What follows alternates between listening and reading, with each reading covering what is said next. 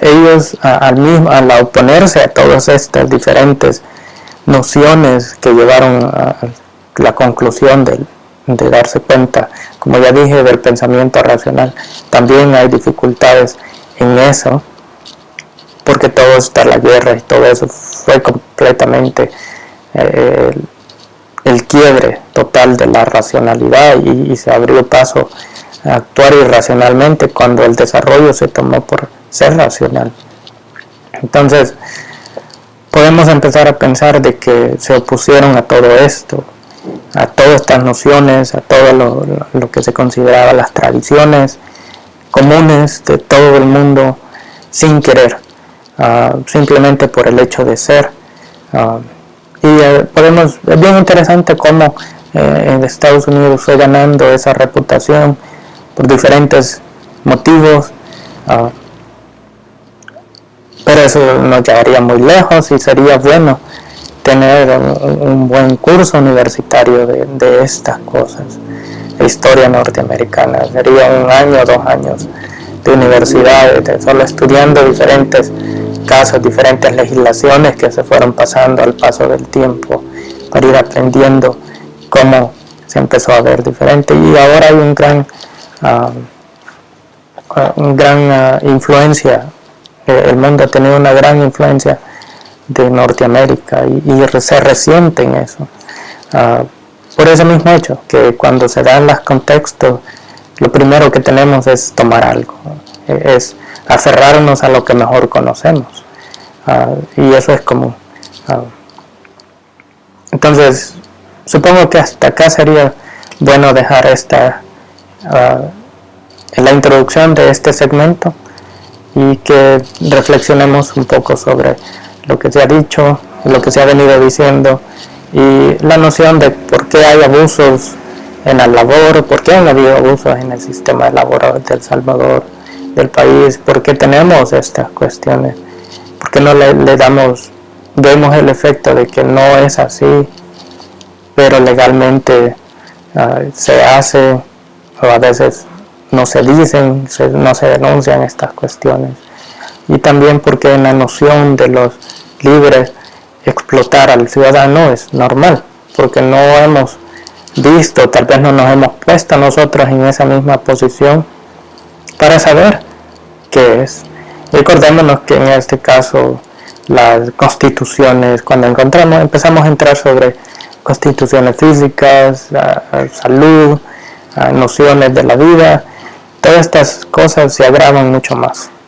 Así que ya lo que para una persona no era tan pesado, 2 quintales, ahora para una persona con una constitución física con menos, es mucho más pesado.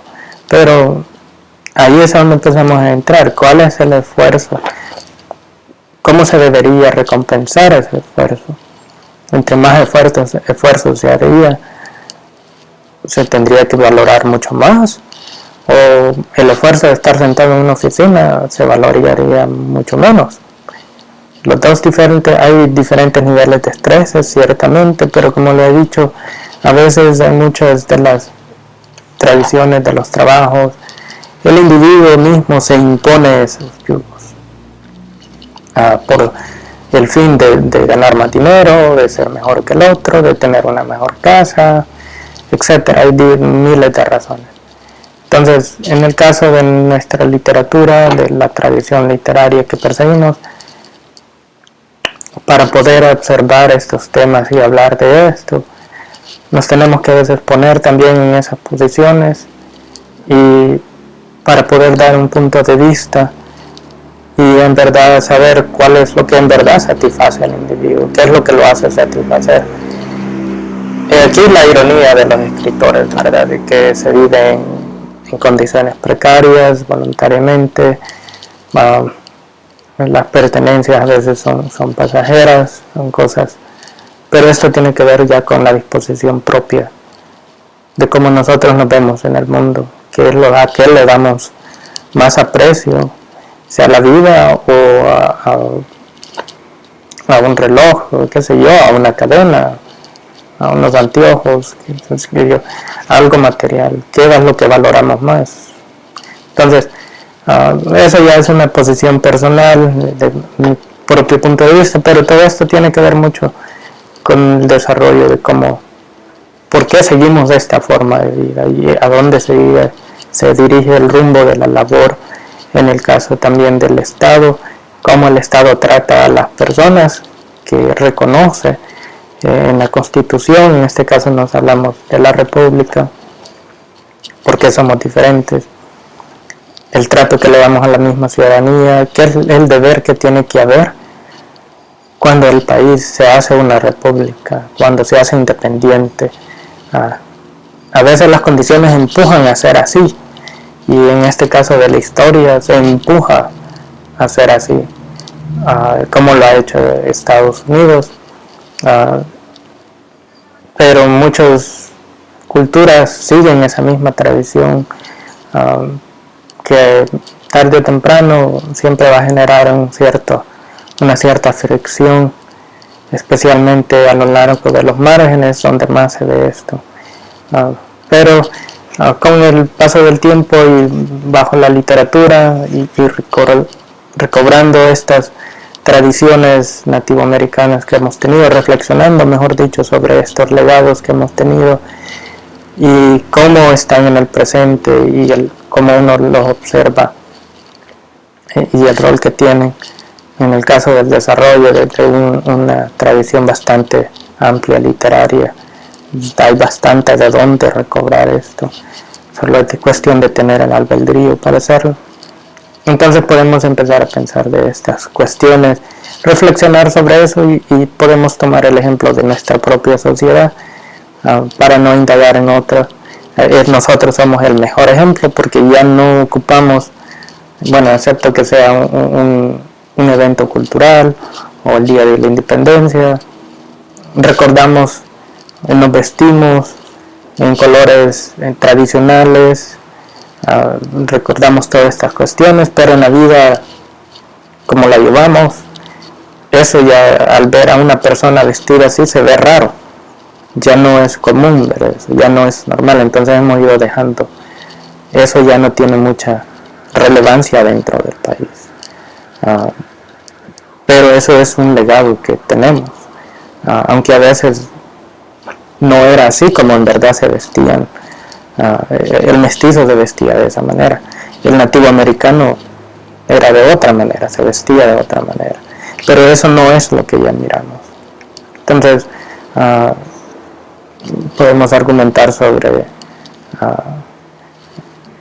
el desarrollo arquitectural también tiene un efecto en las nociones de la gente. Las carreteras en Europa son bien diferentes, las carreteras que tenemos adentro del país. Por lo general en Norteamérica las carreteras son paralelas y diagonales. Ese es un desarrollo moderno. Eso en Latinoamérica también se miraba algo desarrollado de esa forma. Entonces hay una comunalidad que la tenemos y es cuestión de recobrar todo eso, de empezar a recordarlo, pero no regresando a esa forma, sino que ir pionando hacia el futuro, a dónde vamos a llegar, qué tipo de vida es a la que vamos a transicionar en el futuro, personalmente, en la sociedad, y cómo nos vamos a empezar a relacionar, especialmente en esto, por el fervor que se tiene de la obsesión con estas cuestiones, con las cosas, que el tener esto nos hace más que los demás, tener aquello nos hace mejor que los demás. Y como repetimos, a muchos de los escritores, las cosas son bien pasajeras, la vida, lo que importa más es el espíritu, el ser humano, es lo que se valora más que las cosas materiales. En cierta forma, eso no quiere decir que tenemos esa tendencia socialista, sino que es necesario también tener privacidad. Eso es muy importante y para eso tenemos que tener cosas. Una casa es lo más esencial porque esa es la privacidad, esa es la intimidad del ser humano, es lo que hace que el ser humano se reproduzca, que contribuya a la sociedad, que la sociedad exista, en pocas palabras. Con esas pequeñas palabras de reflexión dejamos párrafo 112 y continuamos en el futuro con párrafo 113 y muchas gracias por observar los videos. Nos vemos al próximo. Saludos.